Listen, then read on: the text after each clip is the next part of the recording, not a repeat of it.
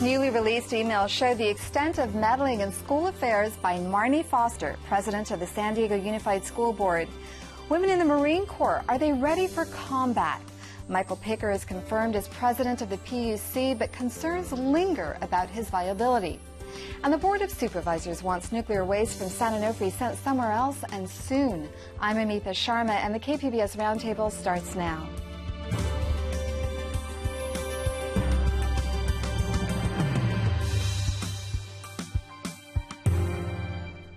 Joining me at the KPBS Roundtable today are Mario Caran, education reporter for Voice of San Diego. Hello, Mario. Tony Perry, reporter for the Los Angeles Times. Hi, Tony. Howdy. Jeff McDonald, watchdog reporter for the San Diego Union Tribune. It's good to see you, Jeff. Allison St. John, KPBS News North County reporter. Hi, Allison. Hi, Amita. Hello. So the rule book for members of the San Diego Unified School Board is clear. Board members are responsible for the welfare of the district as a whole. School Board President Marne Foster, who is also a parent, may have blown through the firewall more than once. Mario Caran, let's start with the story of Mitzi Lizarraga. When she was first removed as principal last year from the School of Creative and Performing Arts, there was a lot of mystery. You recently spoke with her and you got some emails. What have you learned? Yeah, so basically there has been mystery, and a lot of times these sorts of things happen. Principals are removed, and there's always a faction of parents that are upset about the removal of a principal. But this is one thing that just hasn't died, and the reason is because School Board President Marne Foster had a son who attended the school at the time. So there's always been some sort of speculation on what role Marne Foster played in having that principal removed. And these emails show that the role was pretty specific and pretty clear. What was that role? Right. Well, we see at least that Marne Foster, against board policy, was involved in the day-to-day operations of the school. And like you said, the board policies lay out pretty clearly that shouldn't happen, but yet it did. But now she also asked for special treatment for her son. What kind of special treatment? Sure. So we have statements from Lizarraga, who just talked publicly recently, and a current counselor at the school, I'm sorry. What was the question? Well, what kind of special treatment was she seeking for her son? So we hear right away that Marne Foster helped handpick a counselor. That was the first thing, right? And there was allegations that she pushed for grade changes to the attendance records, and things of this nature. Now we haven't proven that sort of thing yet through emails or documentation, but we see at least that Marne Foster was pushing for sanctions against a counselor that wrote a negative evaluation for her son. Let's talk about that negative evaluation. There was a lot of controversy surrounding a letter of recommendation for college written by one of the counselors. Tell me about that. Yeah, that's really the crux of the story. So in the 2013-14 school year, students send out college applications, and as part of this process, counselors can weigh in and say whether they recommend a student to college or not. Now, in this case, the counselor sent in the recommendation that said there's no basis for her to recommend this student to college. That happened to be Marne Foster's son. Now, we don't really know yet how Marne Foster got a hold of that letter, that evaluation, but she knew about it immediately and jumped the chain of command. Instead of taking her concerns to the principal, went to district officials and really got the ball rolling on changes at the school. And what they did is they ended up taking away that letter and putting a new one in. That was just like a glowing evaluation recommendation for the student. And in that second letter, it characterized her son as being an outstanding student, where in reality he was ranked 100th out of 147 students. Is that correct? Right. So I think that second letter is pretty clear that his academic achievements were exaggerated at the very least, and didn't mention some problems that he had at the school. So as you said, the letter spawned some changes, and the principal was ultimately removed, and then the counselor who wrote the original letter was put on suspension.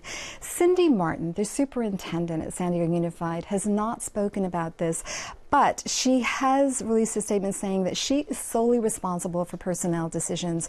What do you make of her statement? And are people in the district satisfied with what she said?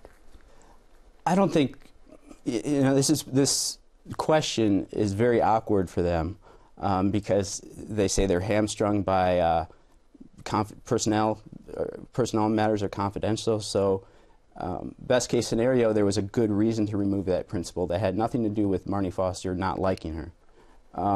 Worst case scenario is that Superintendent Cindy Martin listened to Marnie Foster and dismissed her as principal. Now, there's no evidence to say that that's why Cindy Martin made the decision. We haven't uncovered anything like that. But we do know that Martin was at least aware of what was happening at the school. Well, first of all, great work, great investigative work by Voice of San Diego. Two questions. Where's the teachers union on this? They usually weigh in on anything that's important. Is she a big favorite of theirs? That's why they're silent. And two, again, the superintendent, she won't sit down for an interview and answer any questions whatsoever? She hasn't talked about it as far as answering the question of why she made that decision to remove the principal. No, she hasn't said that.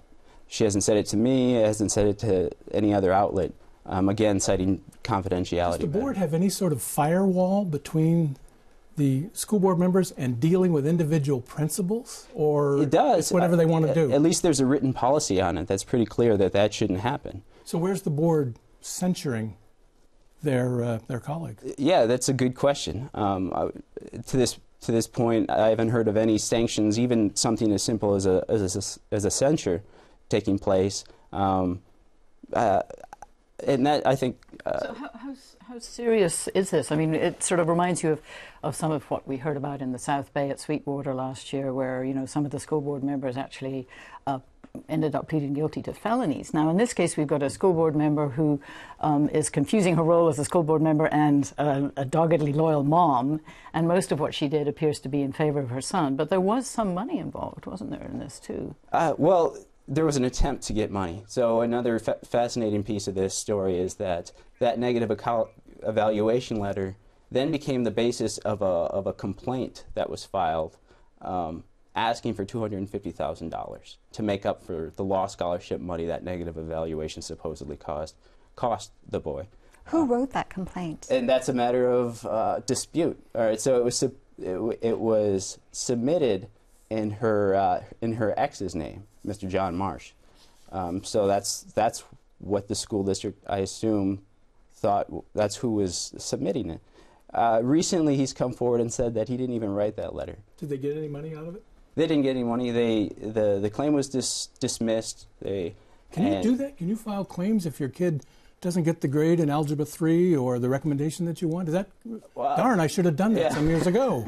Well, apparently not. I mean, apparently it wasn't enough to warrant any further Well, it's action. notable that she didn't file a lawsuit once the claim was dismissed, so I think that says a lot. Right. Here's my question. This is the school board president of the second largest district in the state of California. Is she not going to address these issues publicly, or she's just not going to respond to questions? She hasn't given me any indication that she's willing to talk about this openly and honestly. I mean, and that's sort of a trademark of Marnie Foster, and she may have her legitimate reasons for being sort of cagey with the press, but she's never been responsive to me, and I understand it's a similar situation with other outlets. Anybody lining up to run against her next year? Not to my knowledge. Nobody has thrown in their hat or given any indication that they're going to run. So, I mean, that's a big picture concern. I mean, even when you have a school board member who's at the very least doing these questionable things, she's going to run for a re-election next year, and chances are nobody will run with the support of the teachers union, apparently. Right. We're going to have to leave it there. We will stay on top of this issue, as I know you will too. A new 10-month study found that women don't measure up when it comes to combat skills, at least in the Marine Corps. The experiment has come under fire for setting women up to fail, but the critics are taking heat themselves for not accepting the study's findings. KPBS talked with Marine Lieutenant General David Berger when the experiment began about what the Marine Corps hoped to discover. What do we need to learn about that so that we can understand better if opening up to specialties and also the types of units where women are assigned, what makes the most sense without jeopardizing our combat readiness, our effectiveness? Los Angeles Times reporter Tony Perry is here to sort through the findings and the opinions. Tony, tell us about this study. How was it conducted, where, and what were its findings? 400 Marines, a quarter of which were women. They did it at 29 Palms and Camp Lejeune. They ran them through simulated infantry scenarios, and they found that male-only platoons did better across the board than gender-integrated shooting accuracy, speed, how well they do things, how many injuries, more women got injured, all sorts of things like that across the board. And indeed, men who had never had infantry training still did better than the women. So bottom line, it would appear, according to this study, and it was vetted by researchers, academic researchers, is that women are not really suited in large measure for infantry. Now, the Secretary of Navy said no, that he didn't like the methodology. He rejects the findings, and he said, I am not going to ask for an exemption from the Secretary of Defense for the Marine Corps. Make it work, he said. And so that's where we are. Representative Duncan Hunter served in the Marine Corps in Iraq and Afghanistan, very upset that Secretary of Navy Ray Mabus would say and do those things. He's called for him to resign. I don't think that's going to happen. We have yet to hear from the man at the top, General James Dunford, current Commandant, soon to be Chairman of the Joint Chiefs. There's a deadline, January 1st, and we'll see what Dunford says, and then we will see then what Ray Mabus says, and then we will see what Ashton Carter, Secretary of Defense, says. So this isn't over yet. They've had a study. Its methodology has been questioned about, did you try to find what the average woman is doing, and do the average men do well? It's all over the board, and the Marines are not happy at Mabus's rejection of the study. But the women who participated in this study were athletic. What were the reasons given for the gap in the performance between the all-male units and the mixed units? They don't shoot as well, and there's some explanation that the women who are trained in boot camp separately than the men, as we know, San Diego boot camp, only men, that they don't shoot as well. They don't get as much training on the M16 and the M4 and such, and also that upper body strength. They can't go over an 8-foot wall as well. They can't carry 200 pounds as well. Maybe they don't work independently as well. They don't move as quickly as the men. These were the kinds of things, and there are numbers involved with all of it. But a lot of it is, again, averages, as I understand it. And Secretary Mabus is saying, well, we're not looking for the average. We're looking for the elite. Now, remember, 2 women have passed the Army Ranger course, not an easy course, suggesting that there are women, elite women, who can pass the toughest tests with the men. And can't these women's performances be improved through training? Well, indeed, one would presume that. Get them some more shooting, give them some more tutoring. Upper body strength is what it is, but I suppose that can be improved too. Now, this is traditional Marine Corps. You got to remember, this is the most tradition-minded of the military services. They honor their tradition more than the other services, even though they have their own historic traditions. And so I'm not really surprised that we're asked to make this rather enormous change. There is certain resistance, or maybe they tee it up in a way that it doesn't come down. Oh, sure, let's do it. And that is to be expected. On the other hand, I think the history of the Marine Corps on these sorts of things is when they get a direct order, make it work. But they make it work. But the truth of the matter is that women have been in combat units in Iraq and Afghanistan. They haven't been in these platoons potentially, but you want to talk about dog handlers, you want to talk about drivers, you want to talk about intelligence officers, you want to talk about a lot of different positions. Women are there in Iraq. Female engagement, they're out there outside the wire dealing with the Afghan women, dealing with the Iraqi women. They have been there. They haven't been in what they call 0311. That's That's the infantry. That's the 12-man, so far, unit that goes out and patrols with M16s in their hand. They haven't been part of that. Although a dog handler might be with them, an intelligence officer might be with them, a female engagement member might be with them. So they've gone out on these patrols. But in terms of the classic 0311, not yet. That seems to be what the dispute is. We'll see what General Dunford, a very savvy man, says. He's got a deadline. He's also going to do some congressional hearings. So we'll see what he has to say. Do you think any part of the military will ask for exemptions? Well, Mavis has already said, I'm not going to ask, and I don't think anybody else is going to ask a widespread exemption. The SEALs have now said, we'll give it a go. The Air Force has been no problem. The Marines are allowing in certain of the billets, artillery, for example. I don't see widespread exemptions being either asked or granted, and Mavis has already said, I'm not going to ask for any from the Marine Corps. Now, he can be overruled. He's got a boss, too, Secretary of Defense. And, of course, the Congress is looming out there. And as I say, Duncan Hunter wants Mavis's scalp, wants him to resign, says he's defamed the United States Marine Corps and has lost his ability to lead. I wouldn't look for Mavis to resign anytime soon, or any time, actually. But this isn't over. We're going to hear more from congressmen. Senator McCain is not happy with some aspects of this whole situation. I think we're talking about congressional hearings. We have a deadline. We're going to hear more. So hang on. It's going to happen.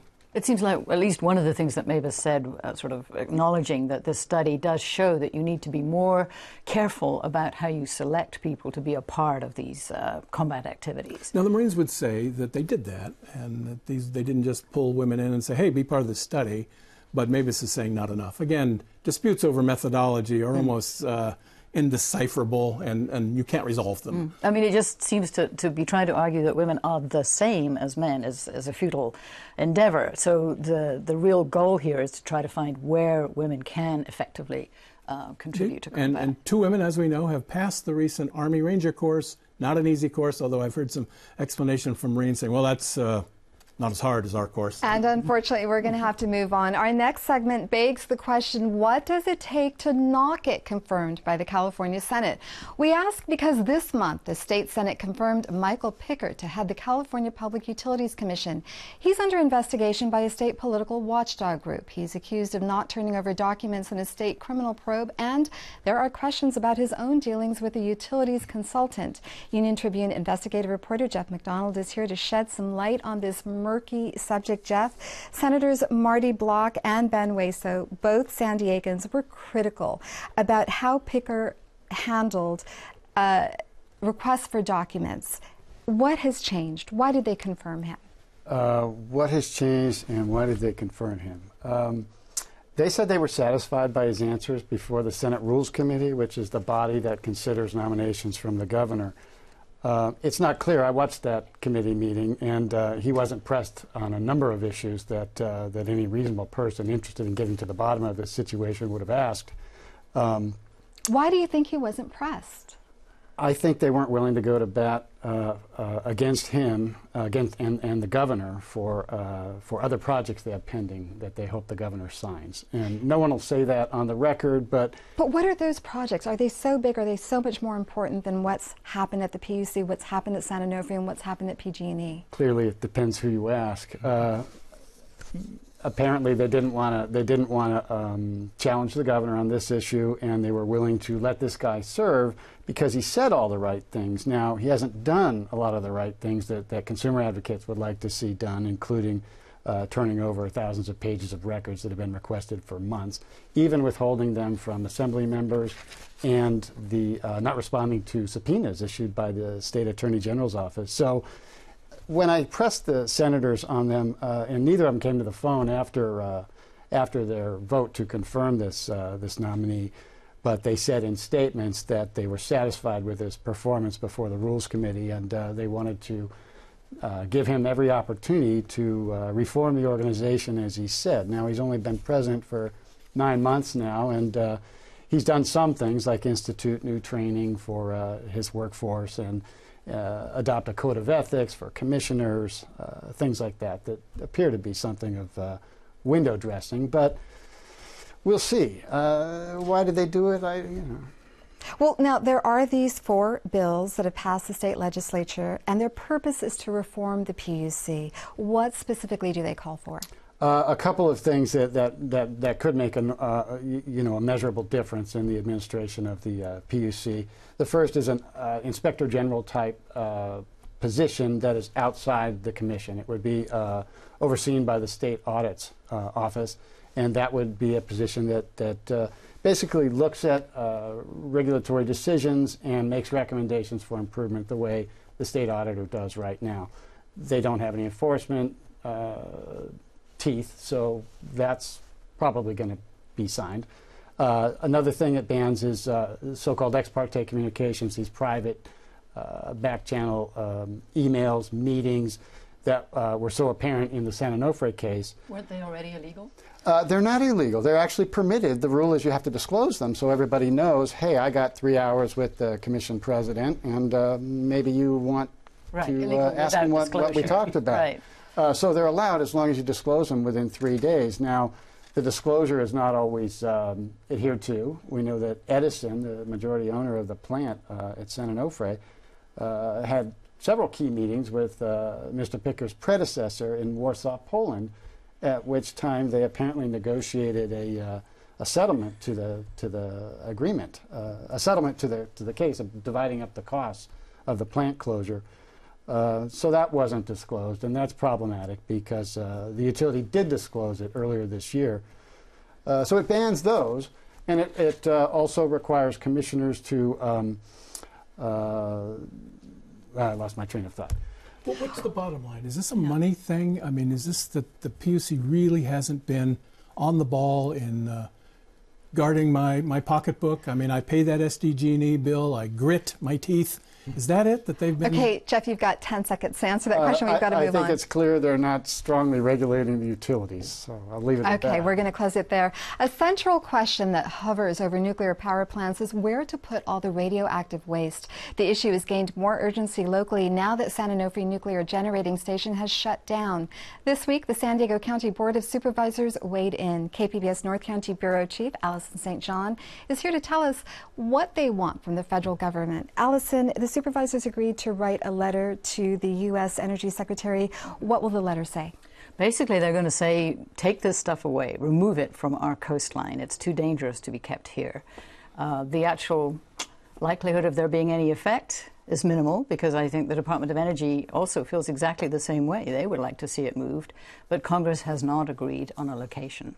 Is it any more dangerous now that the plant is shut down than it's been all these years while the plant was bubbling along? Well, that's an interesting question, and I think Tom Palmisano from Edison did say that, especially now that it's shut down, all the more reason to move it off. And I think they have security in place for these plants, which they're trying to ramp down and decommission the plants, and so the security, having to keep the security around just spent fuel is no longer economical. So it's more vulnerable if you're on a site that is being decommissioned. So we're worried its operation. Somebody attacking it, really. That is one of the possibilities, but it's right by the coast. We're in California, earthquake possibilities, tsunami possibilities, 8 million people living within 50 miles. It's really an archetypal case of a site that is not appropriate for long-term storage of still radioactive spent fuel. And we have a clip from Supervisor Ron Roberts talking about the dangers. We want to have this spent fuel removed and relocated from this region. And it isn't just pushing it somewhere else. To locate spent nuclear fuel on the coast in a high earthquake zone, subject to any number of natural disasters that could occur, we've learned in Japan makes no sense whatsoever. Now, Allison, some of this nuclear waste is being stored in these dry casks. How safe are they? This is a question I cannot answer, but I think you know that we can say that the casks are licensed for 20 years. We know that they have been storing nuclear waste for a couple of decades already on site, although only since 2003 in dry casks. The question is, it's all a matter of time, and I think maybe, Jeff, if you would agree, this is we're talking about different time scales. You can maybe store it on site for a couple of decades, but right now we have nowhere to send it. and this thing will be dangerous for hundreds, if not thousands of years. So Congress has shirked its responsibility to create a national repository for this stuff, because this problem is not unique to San Diego County. What I find most fascinating is that it's the San Diego County supervisors who were the first elected officials in this state to draw any attention whatever to this problem. Yeah. And I wonder where our state delegation is on this. Well, I spoke with David Victor, who's the chair of this community engagement panel, who said that he has been meeting with state legislators and that just this year they're starting to get the ball rolling. But what is interesting, and Mike Aguirre made this point at the meeting, is that when you look at the amount of political pressure that was put to stop nuclear waste going to Yucca Mountain, I mean, it was huge in the amount of money spent. And when you look at the amount of political pressure being put to try to get the nuclear waste off our shores, right there in our midst, you know, in an earthquake-prone spot, it's almost, it's negligible. So really what this vote by the supervisors was the first vote in San Diego County of some politicians standing up saying, now, wait a minute, this is important, we are going to weigh in. And Supervisor Ron Roberts and Diane Jacobs said they would form a subcommittee and actually continue to push for more lobbying at the federal level to get something done. And we members of Congress will step up and Maybe we've got to leave it here. That wraps up another week of stories at the KPBS Roundtable. A big thank you to Mario Caran, much gratitude to Tony Perry and to Jeff McDonald and Allison St. John for keeping us up to date on these important stories. A reminder, all of the stories we discussed today are available on our website, kpbs.org. I'm Amitha Sharma. Thanks for joining us today on the Roundtable.